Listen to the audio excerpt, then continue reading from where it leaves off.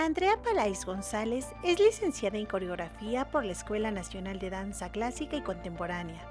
Además cursó la carrera de bailarín ejecutante de danza contemporánea en la misma institución. Complementó su formación con estudios de acrobacia aérea y diversas disciplinas relacionadas con el arte y la danza, en escuelas de Latinoamérica, Canadá y Europa.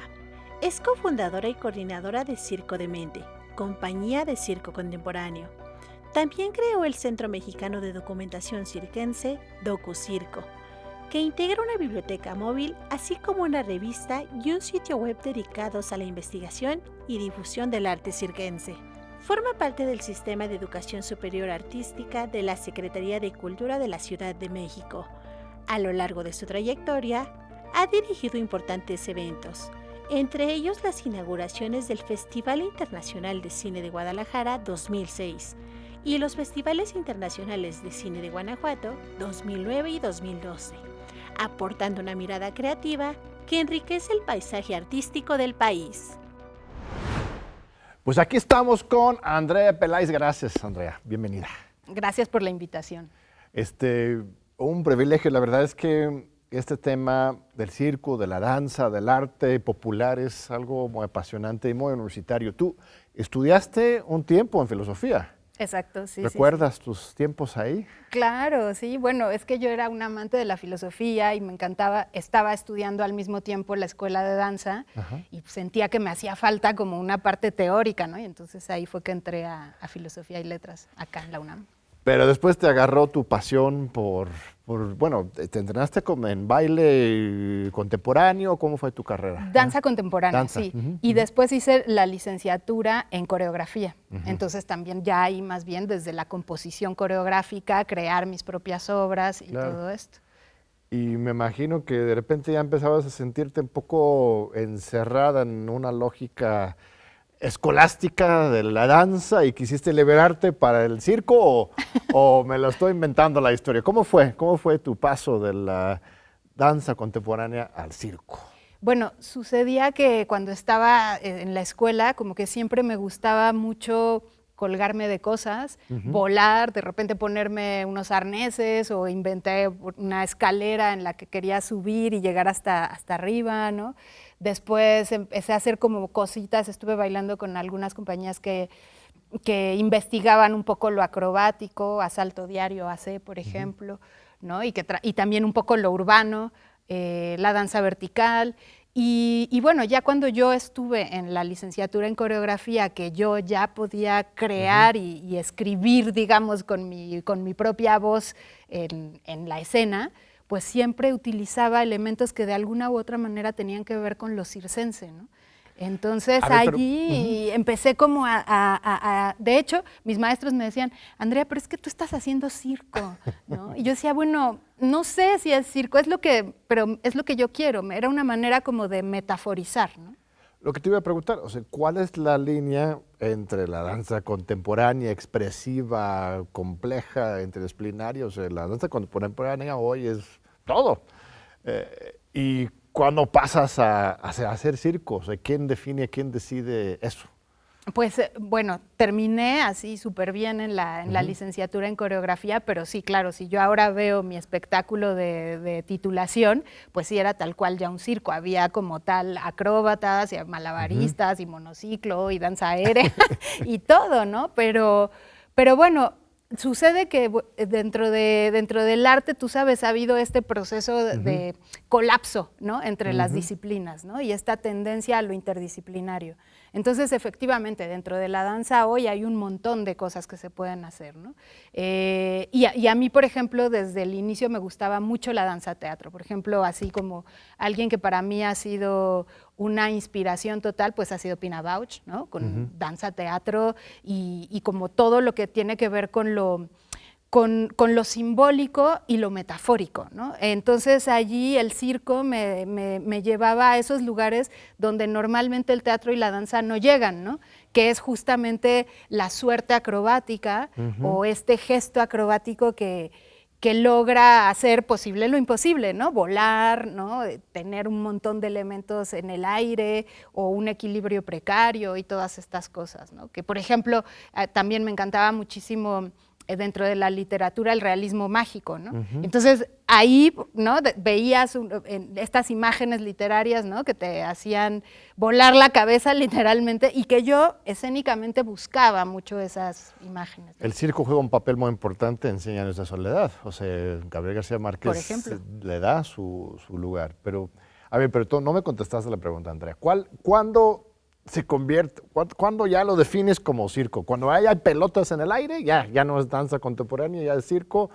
Ya cuando hay alguien volando, o sea, ¿cómo lo defines tú? Pues supongo que no hay una sola definición, pero... Sí, bueno, la definición es cuando ya el eje central del discurso está en lo circense, ¿no? En las técnicas de circo que están al servicio de la puesta en escena. Yo después de la carrera, ¿no? Te digo que mis maestros, a quienes agradezco muchísimo y quiero muchísimo y admiro muchísimo, me decían esto, me cuestionaban esto, y yo misma decía, bueno, no lo sé si es circo o no es circo, yo sé que es movimiento, ¿no? Y que es lo que quiero hacer escénicamente, pero tampoco me importa mucho definirlo, ¿no? Y en ese sentido ya fue después, cuando ya concluí la carrera y que pude viajar, ¿no? Y entonces encontré ahí que había toda una línea escénica que se llama circo contemporáneo, que justamente hace, ¿no? Como esta unión entre las técnicas tradicionales del circo y el arte actual, ¿no?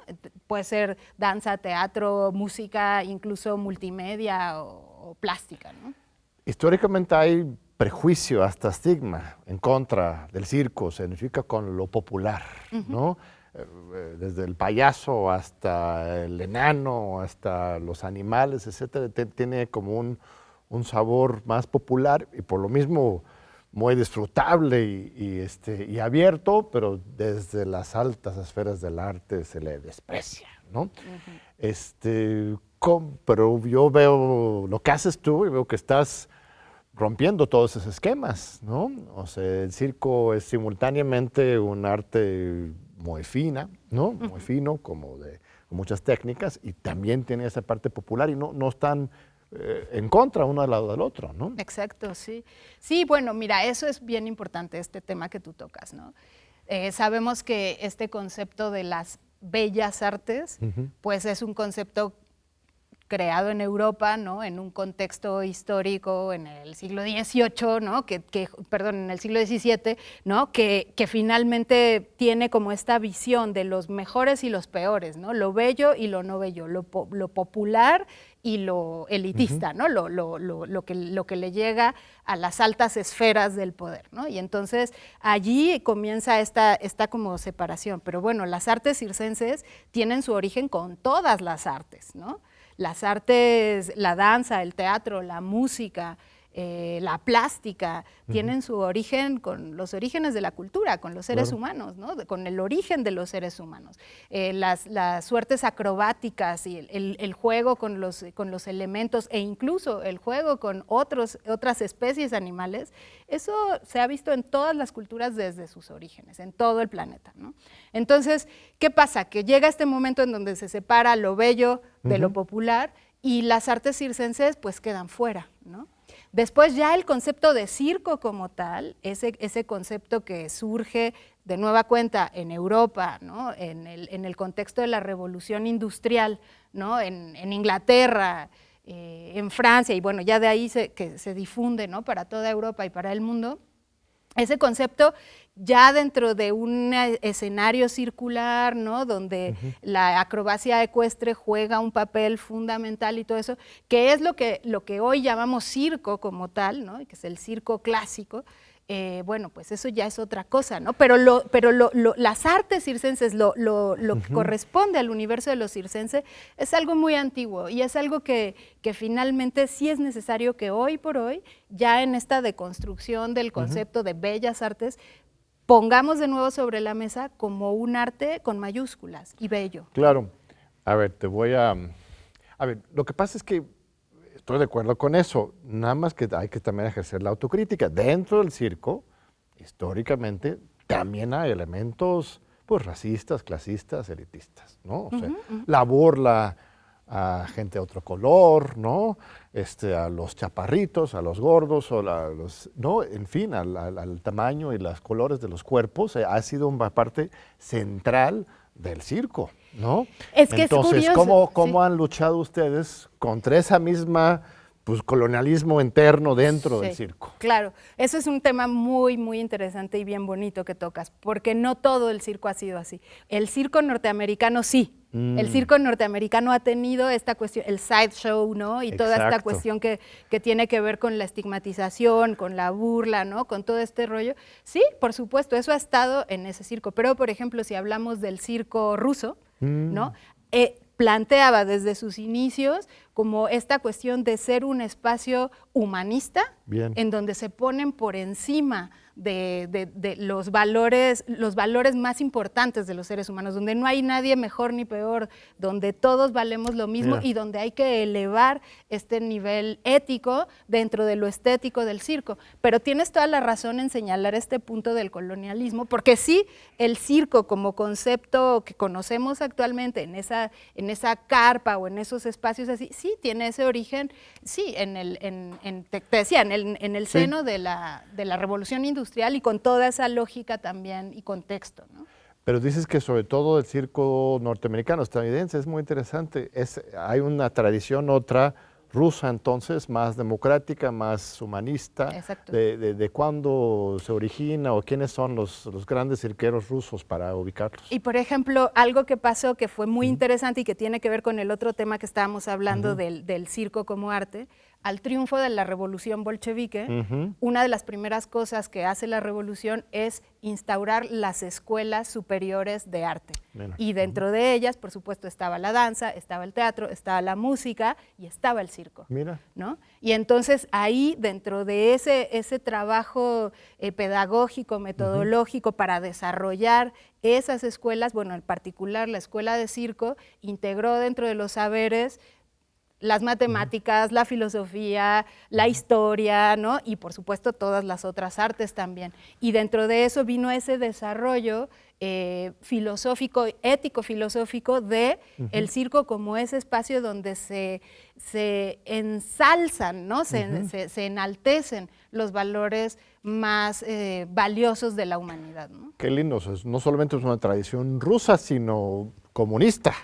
Sí, bueno, hay una cita que a mí me encanta de Marx, ¿no? Que le gustaba mucho el circo. No me la recuerdo así exactamente, textualmente, pero justamente dice algo así como, bueno, cuando vemos la espalda de una persona doblarse por la humillación, no podemos más que sentirnos tristes y desolados con la humanidad. Pero cuando logramos ver dentro del circo, el acróbata con su traje de luces haciendo una contorsión increíble, no podemos más que sentirnos felices y ver que la humanidad puede ser algo hermoso, ¿no? Sí, qué bello, qué bello. O sea, las dos formas de ver el cuerpo dentro de la explotación y la liberación.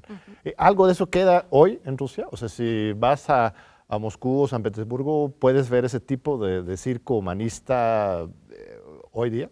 Bueno, quiero decir que la escuela de circo moderna, la más antigua, es esa, precisamente la rusa, la escuela de circo de Moscú, y fue una piedra angular para el desarrollo de las artes circenses en todo el mundo, porque a partir de ese trabajo y ese desarrollo que se hizo en la formación circense, te hablaba antes de que empezara el programa un poquito de la doma de animales. Por ejemplo, ellos desarrollaron un método de doma de animales interesantísimo que no iba dentro de la línea del castigo, sino por el contrario del estímulo, ¿no? Y todo esto, y un montón de cosas más.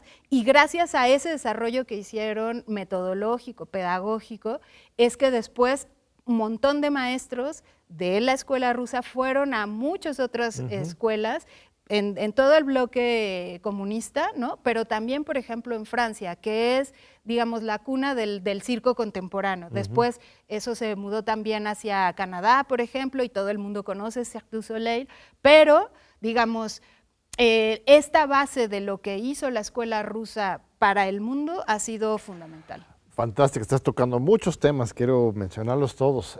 Pero a ver, primero, el mundo comunista, China también es un centro del circo, impresionante, bueno, lo poquito que uno ha logrado ver, también tiene una escuela histórica muy importante, ¿no? Totalmente. Por ejemplo, ahí regresamos al tema anterior, ¿no? Que es desde dónde, desde cuándo existen las artes circenses en el mundo, ¿no? Por ejemplo, hoy por hoy, la escuela más antigua que existe, activa, es una escuela china que tiene más de 2000 años. 2000 años. Y que corresponde al periodo de la China imperial, ¿no? Mira. Y que ahí se desarrollaba todo un trabajo acrobático, de manipulación de objetos, de acrobacia en el piso, en el aire, y bueno, toda una serie de cosas. Y esa nace más bien como entrenamiento para los emperadores. Exactamente. Porque la europea que decías era más para la clase obrera, ¿no? Y este es otro.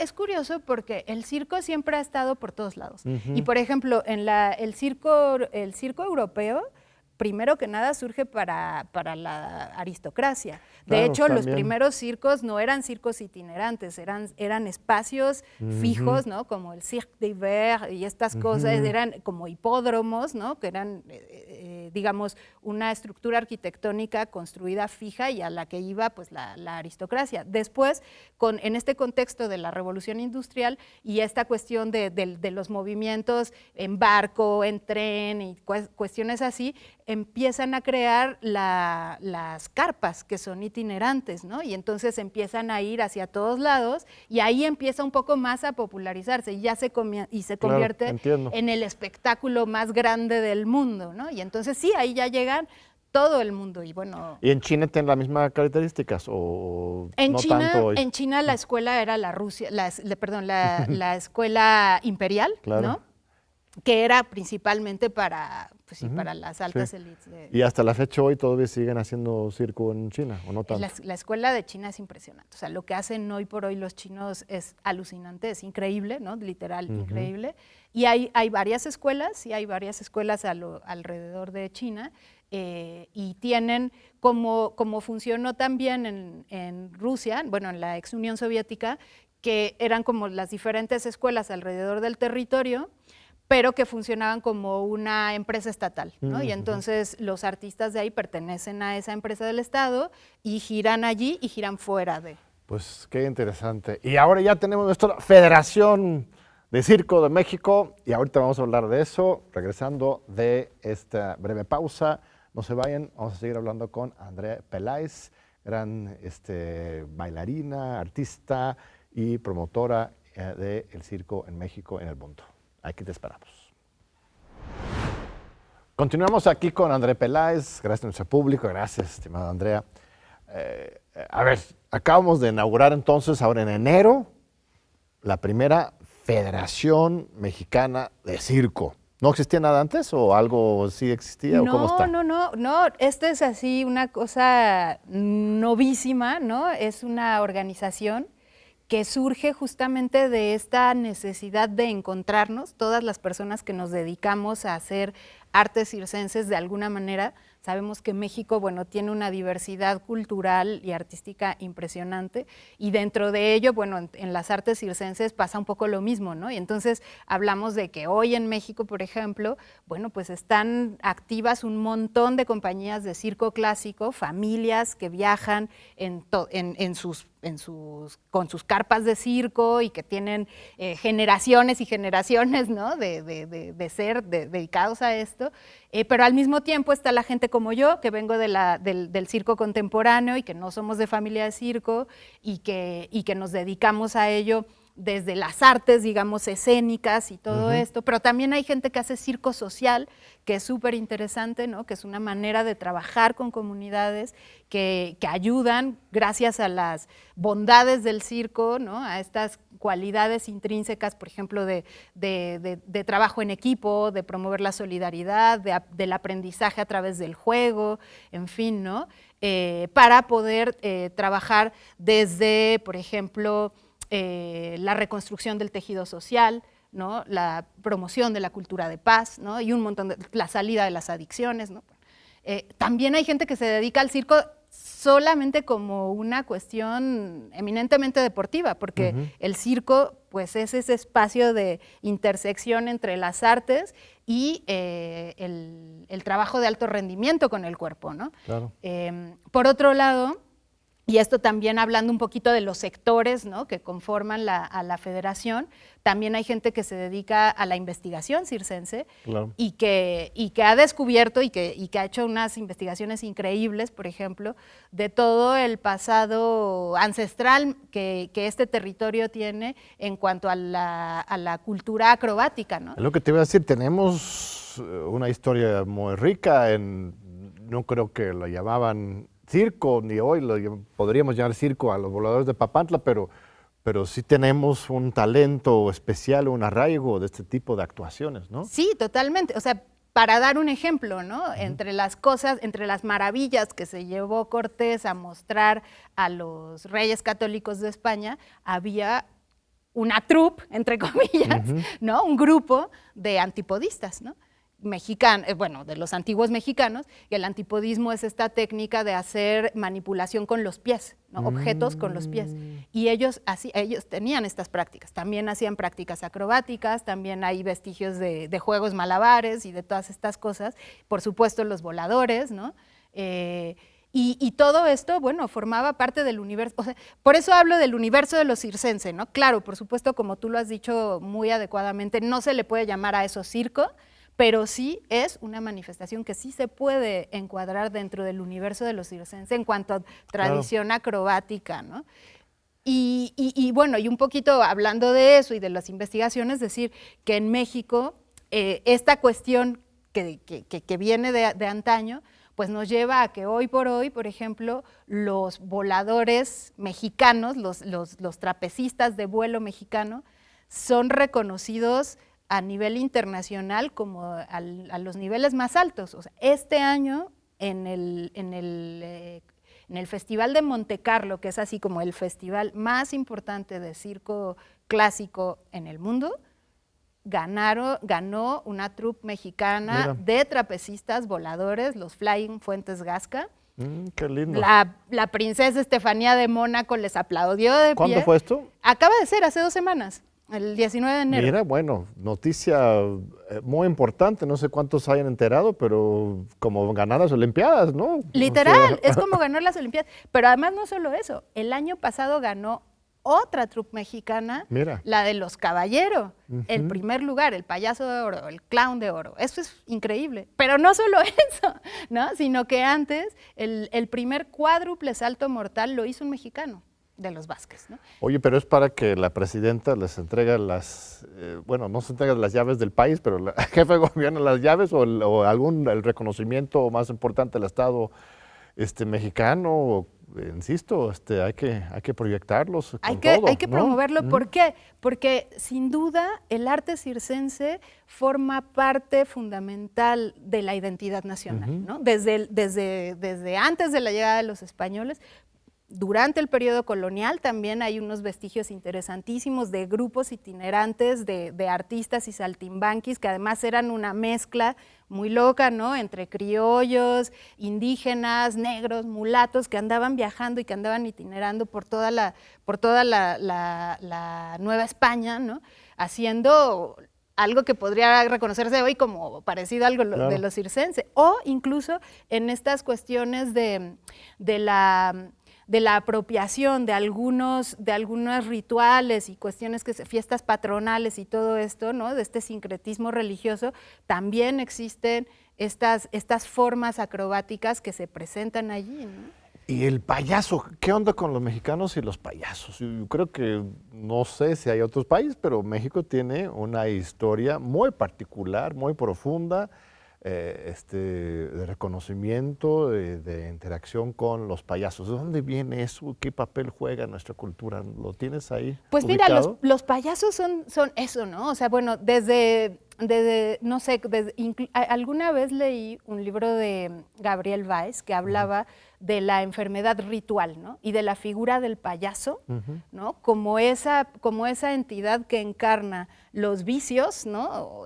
De la sociedad, y que a través de burlarse de ellos, de alguna manera permite que entonces se exorcice la comunidad de ellos, ¿no? Y bueno, desde aquellos tiempos rituales en donde esa figura de ese payaso que que literal encarnaba la enfermedad ritual, existe eso como manifestación y como necesidad, ¿no? de la sociedad. Y bueno, en México pues eso está, ¿no? Ya está desde antes. Sí.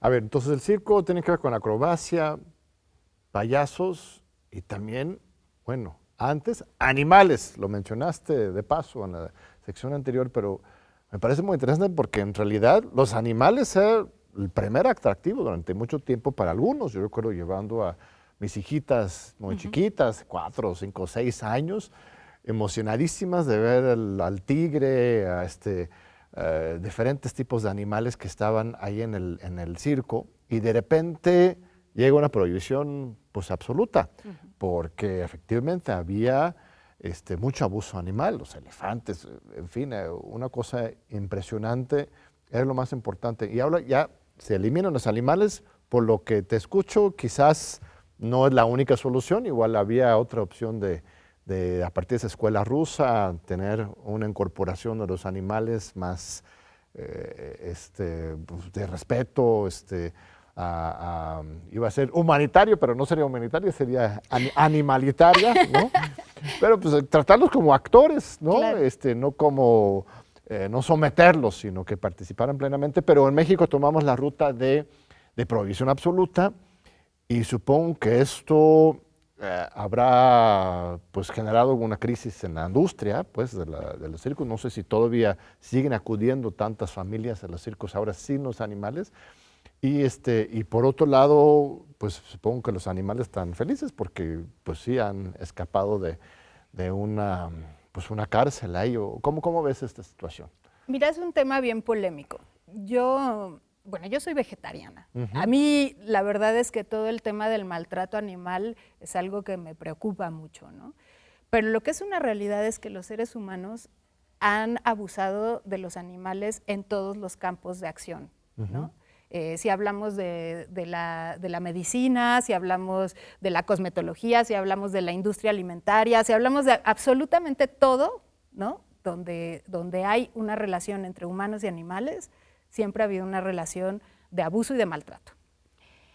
¿Qué pasa? En el circo también existió, ¿no? Y también existe, en donde todavía se hace. Pero no quiere decir que todo circo fuera o se comportara de esa manera, ¿no? Lo que creo que sí hace muy distinto el circo de todas esas otras relaciones que los seres humanos hemos establecido con los animales es que en el circo sí que ha habido un trabajo distinto en algunos casos, cuando no hay maltrato, por supuesto, en donde el ser humano se pone de tú a tú con el animal.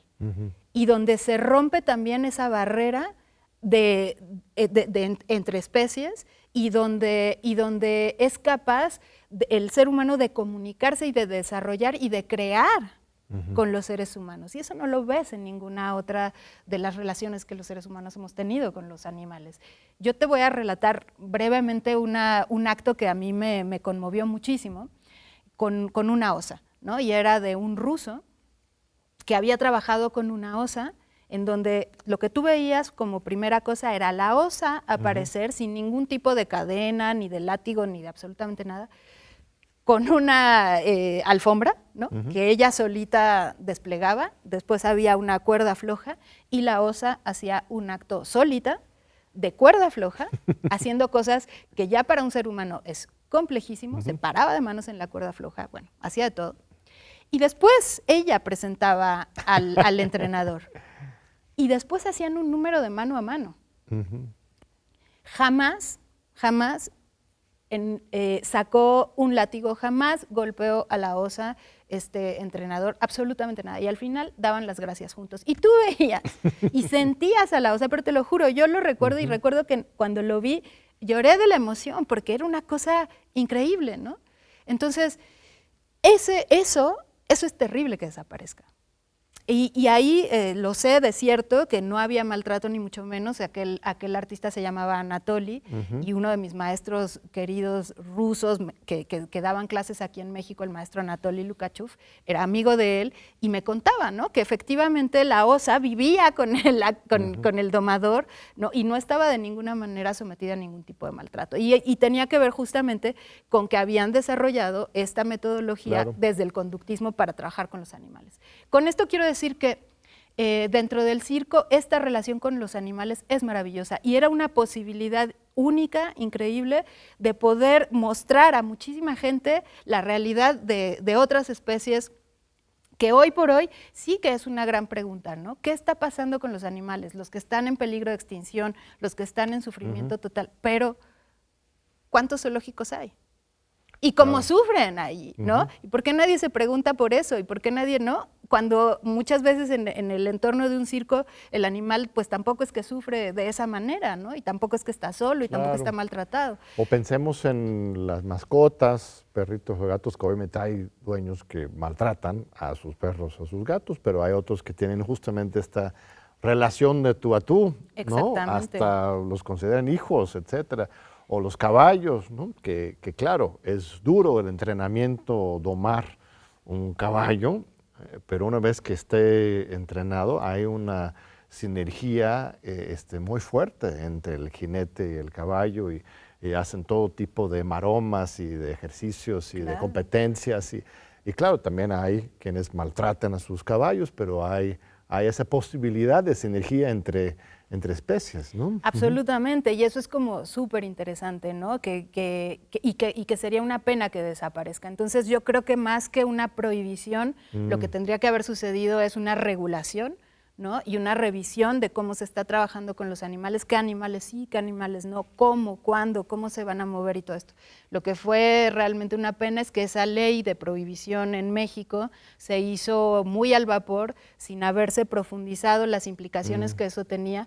La mayoría de los animales que fueron confiscados a los circos murieron, ¿no? Y murieron porque son animales que nacieron y crecieron en cautiverio y que además después fueron abandonados a su suerte en algunos espacios de reserva donde se murieron literal de hambre, ¿no? Entonces, eso fue muy triste y sí, efectivamente, fue una de las razones que ha afectado muchísimo al gremio del circo clásico, que ha tenido que buscar otras maneras y que, bueno, hoy por hoy está buscando incluso que haya un reconocimiento del circo como ellos lo hacen, como un patrimonio intangible, ¿no? Y que no solamente en una forma artística o cultural, sino también como forma de vida, que eso es muy interesante, ¿no? Son comunidades trashumantes, son comunidades que se mezclan a lo largo de sus viajes, generación tras generación, que transmiten sus conocimientos generación tras generación, y que es una cosa única, ¿no? Como característica humana, ¿no? Que hoy está viva de todas maneras, ¿no? Oye, ¿y qué opinas del Cirque du Soleil, que es ya el circo más reconocido, por lo menos internacionalmente en Norteamérica? No sé si en Europa tiene el mismo reconocimiento, pero unas producciones espectaculares, mucho recurso y mucho reconocimiento. ¿Esto es un ejemplo para ti o ya se comercializaron mucho? Bueno, los creadores de Cirque du Soleil era gente que inició con teatro de calle, con circo de calle, con esta búsqueda de, a través de lo circense, generar sentidos y discursos poéticos, y bueno, eso tuvo una potencia increíble, ¿no? Sucede que, claro, en los nortes globales, con la capacidad que tienen de producción y todo eso, pues generó, ¿no?, un fenómeno que hoy por hoy pues es lo que ha hecho que también el circo tenga como un resurgimiento, ¿no? Y que muchísima gente lo conozca a través de cómo se comercializó, ¿no? Sí, bueno, claro, hoy es una empresa muy grande que tiene pues algunas políticas con las que no forzosamente estoy tan de acuerdo, ¿no? Por ejemplo, los artistas pues funcionan más como como reemplazos, ¿no? de formas fijas, ¿no? Y están pues en un grado de trabajo muy intenso que muchas veces genera lesiones y muchas otras cosas. Sin embargo, bueno, creo que es un fenómeno que ha ayudado a revalorar, ¿no? al circo a nivel mundial. Es una forma, sí, sin duda, de industria de entretenimiento.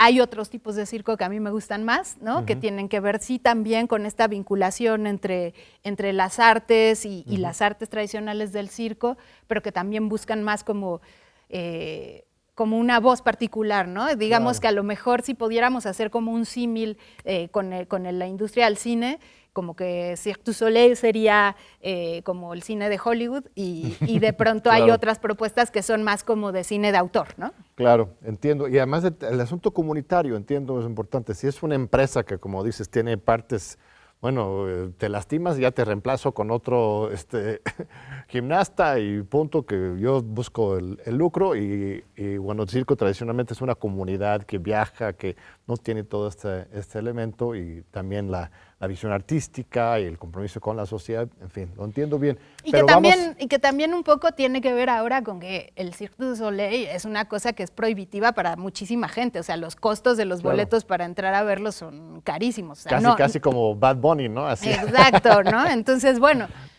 pero también tiene su línea social, entonces... Claro. Muy bien, pues vamos a una breve pausa, segunda pausa, no sin antes hacer una pequeña promocional sobre la FIL de Minería. Les invitamos a acompañarnos ya en este fin de mes en Minería para conocer los libros y regresamos ahora con Andrea Peláez. No se vayan. Leer transforma, enriquece, educa, pero sobre todo da libertad. 47 Feria Internacional del Libro del Palacio de Minería, el encuentro literario más importante de la Ciudad de México. Del 20 de febrero al 1 de marzo de 2026. Invita a la UNAM a través de su Facultad de Ingeniería. Tacuba 5, Centro Histórico. Descubre, crea, escribe tu propia historia. Seguimos aquí con Andrea Peláez. Gracias, Andrea. Pues estábamos hablando de Cirque du Soleil, que es originario de Canadá, de Montreal en particular. Y aquí en México no tenemos Cirque du Soleil, pero tenemos el Circo de Mente. ¿Qué es el Circo de Mente? ¿Por qué se llaman así? ¿Qué hacen? Bueno, Circo de Mente tiene ya, este año estamos cumpliendo 23 años. Bien. Le pusimos así porque nos gustaba mucho el juego de palabras. Por un lado, que tiene que ver con la locura, ¿no? Que es dedicarse a un arte como ¿no? Este arte de volar, este arte de ponerse de cabeza, este arte de hacer, ¿no? Cosas que no son comunes, ¿no? Y por otro lado, que tiene que ver con esto, bueno, yo te decía que estudié filosofía y todo esto, que también tiene que ver con una búsqueda de sentidos, que tiene que ver con un trabajo, sí, intelectual, ¿no? Que se acuerpa, ¿no? Entonces, bueno, Circo de Mente surge así el nombre, y surge justamente a partir de que en mi búsqueda escénica, ¿no? Y cuando iniciábamos con la compañía, pues estábamos aprendiendo el circo y poniéndolo al servicio de las puestas en escena que hemos creado desde que iniciamos, ¿no? Y bueno, pues de esa manera ha surgido como las diferentes líneas de acción de la compañía. Por un lado, como compañía escénica, como creamos espectáculos. Por otro lado, siempre nos interesó muchísimo la investigación, la documentación y tal, ¿no? Y entonces, hoy por hoy, en nuestra sede, que es la Carpa de Mente, que está aquí al sur de la Ciudad de México, en la alcaldía de Tlalpan, en el Deportivo Seforma, que está ahí en Fuentes Brotantes, tenemos una biblioteca móvil especializada en circo que se llama Nautilus y que forma parte de nuestro proyecto, que es el Centro Mexicano de Documentación Circense DocuCirco, que también tiene una revista, que forma parte de la Red Internacional de Revistas de Circo. Y bueno, la otra línea que también surgió un poco pues por necesidad, que es la formación, ¿no? O sea, cuando nosotros comenzamos aquí en México no había dónde estudiar formalmente el circo, entonces pues tuvimos que viajar para poder hacerlo, ¿no? Y entonces, bueno, actualmente en esta sede, la Carpa de Mente, Tenemos talleres para niños, jóvenes, adultos en las diferentes disciplinas de circo, pero también alojamos a la Escuela a la Escuela de Artes Circenses de la Ciudad de México, Bien. que a partir de este año ya lanzó su convocatoria completamente gratuita y forma parte de la oferta formativa de la Secretaría de Cultura de la Ciudad de México a través del Centro Cultural Olin-Yolistli, ¿no? Este esfuerzo de esta escuela, que es la única en todo el país como esta, ¿no? que tiene reconocimiento oficial, que es profesional y que es gratuita.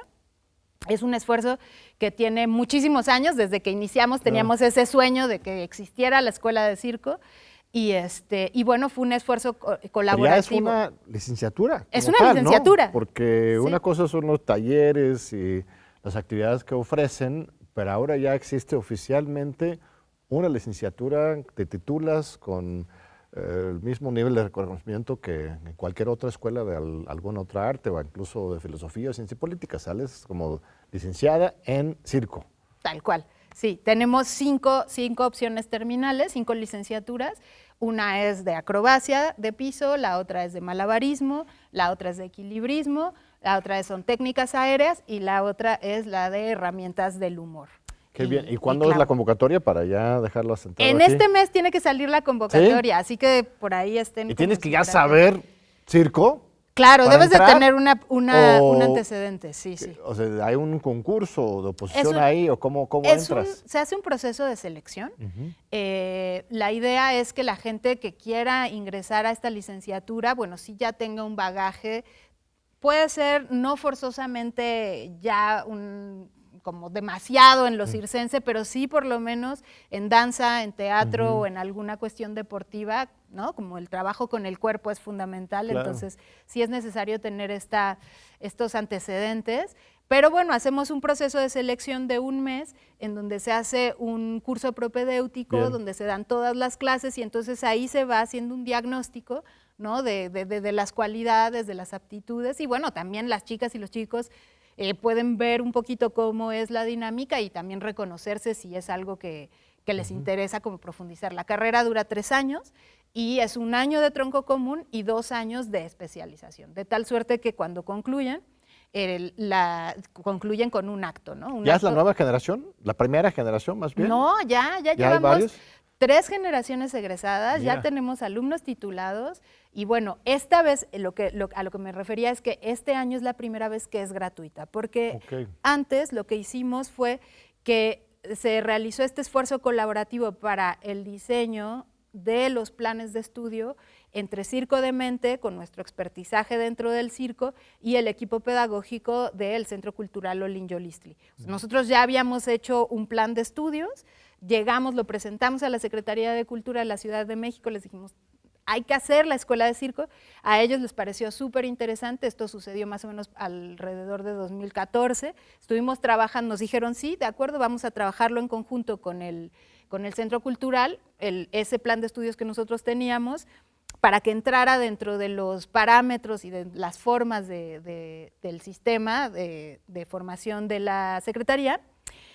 Y finalmente se lanzó la primera convocatoria en el 2018. Ahí ingresó la primera generación y en el 2025 la Secretaría de Cultura propuso, bueno, ya tomar por completo la escuela y que Pero fuera entonces gratuita. ya existe este proceso de formación, estamos generando una masa crítica de cirqueros, sería la forma correcta de referirse. Entonces ya podríamos ir generando nuestra compañía de exportación como Cirque du Soleil, pero con toda esta otra orientación mexicana y social. ¿Eso es el sueño?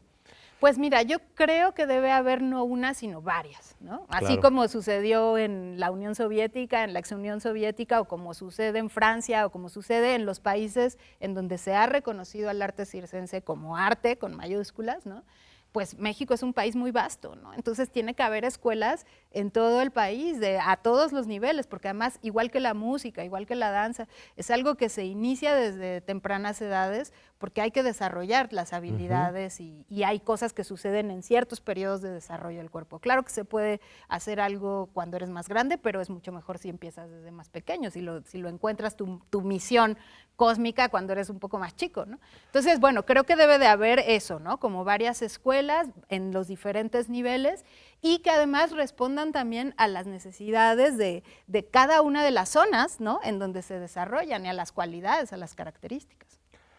Pues ya dejando volar la imaginación, ¿por qué no lo ponemos como materia obligatoria a todas las primarias del país, ¿no?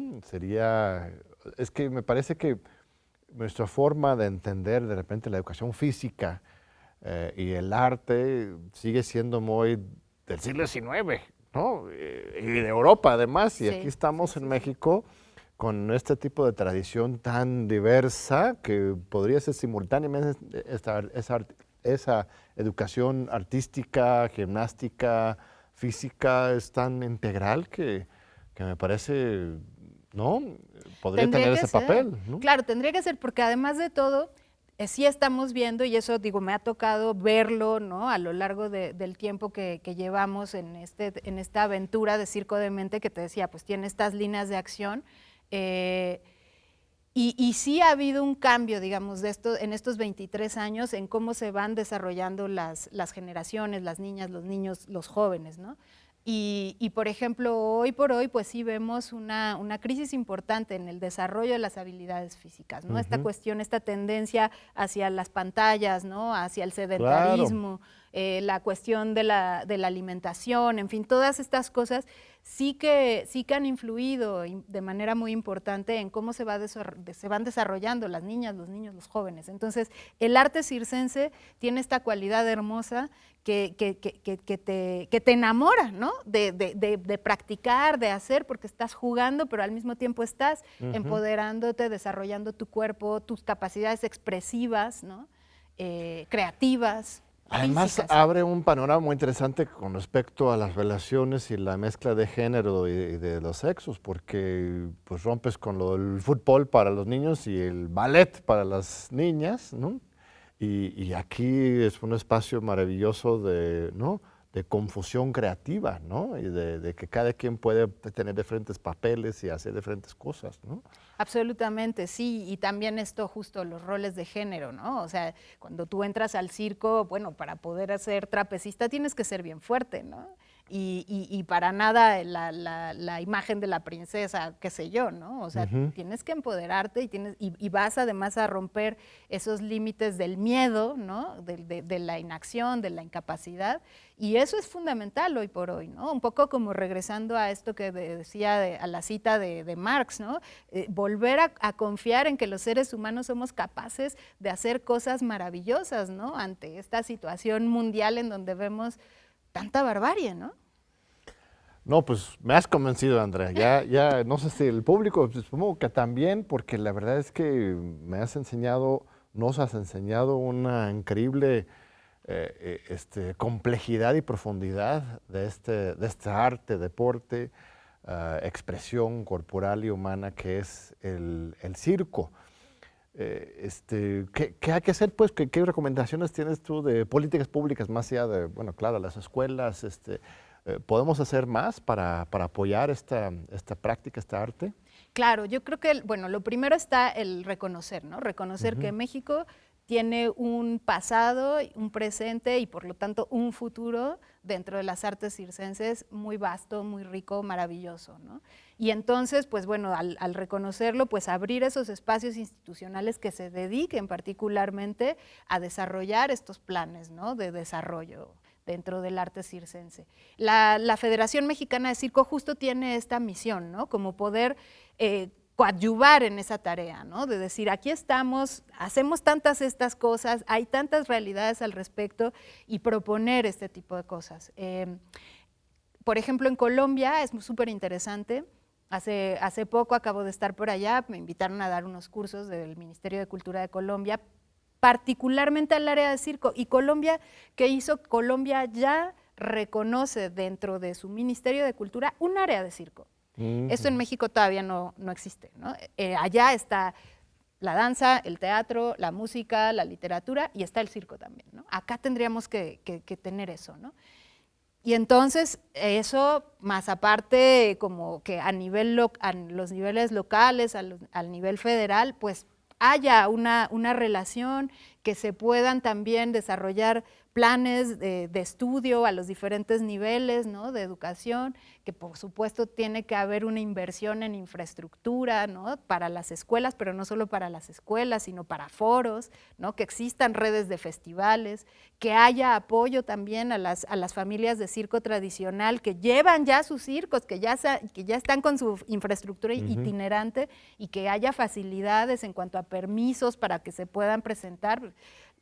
Viven de verdad. O fondos, no pueden concursar, supongo, para las becas del fondo de Fonarte, claro. estas cosas, como no está categorizado como un arte, no pueden, ¿no? Exacto, o sea, por ejemplo, Circo de Mente sí ha logrado tener algunos de estos apoyos, pero siempre en esa búsqueda entrando, ¿no? En las diferentes categorías, pues desde la danza o desde el teatro, etcétera, ¿no? Pero sí, efectivamente tiene que haber como esta visión de que el arte circense forma parte, ¿no?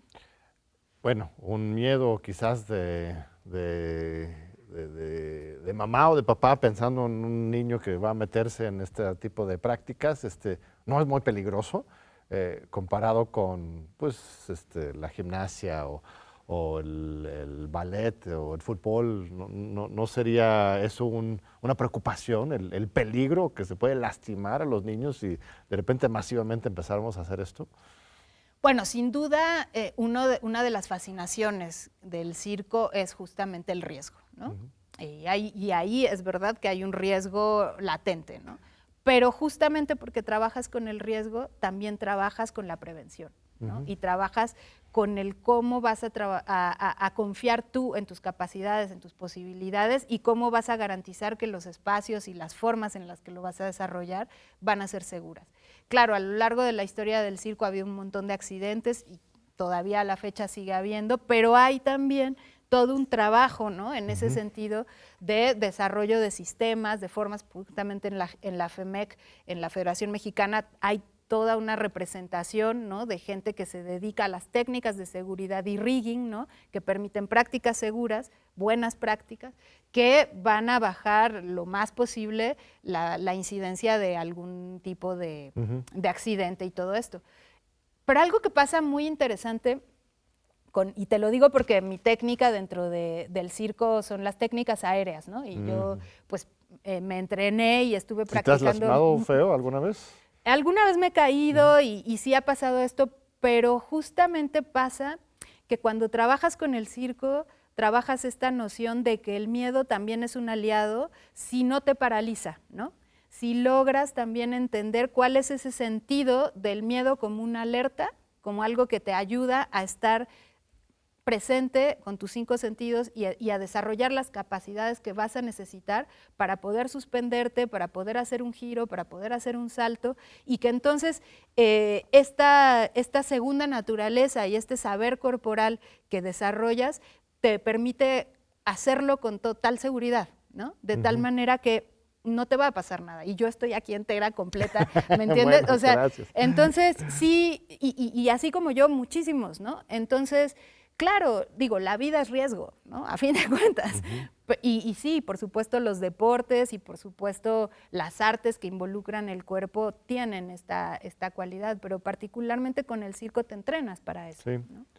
Pues muchas gracias, Andrea. ¿O algún último comentario aquí para nuestro público universitario? Ay, muchísimas gracias. No, pues solamente invitarles muchísimo a la Carpa de Mente, porque una de las cosas que no dije es que también es un foro escénico y que programamos espectáculos durante todo el año, no solo de Circo de Mente, sino de un montón de artistas, tanto nacionales como internacionales. La Carpa de Mente pues es un foro que es una antena al mundo que programa constantemente circo contemporáneo y que además tiene una cualidad, una característica, y es que no tiene un costo de entrada de boleto, porque no queremos que nadie se quede nunca afuera porque no tiene dinero para pagar, y que funciona desde un sistema de cooperación voluntaria consciente. Así que pues bienvenidos, búsquennos ahí en las redes sociales, Circo de Mente con K, estamos en Instagram, en Facebook, en Súper. TikTok, y pues ahí vienen toda la cartelera de funciones, de talleres y de actividades constantes. Maravilloso, pues ahí nos veremos muy pronto, querida Andrea. Gracias por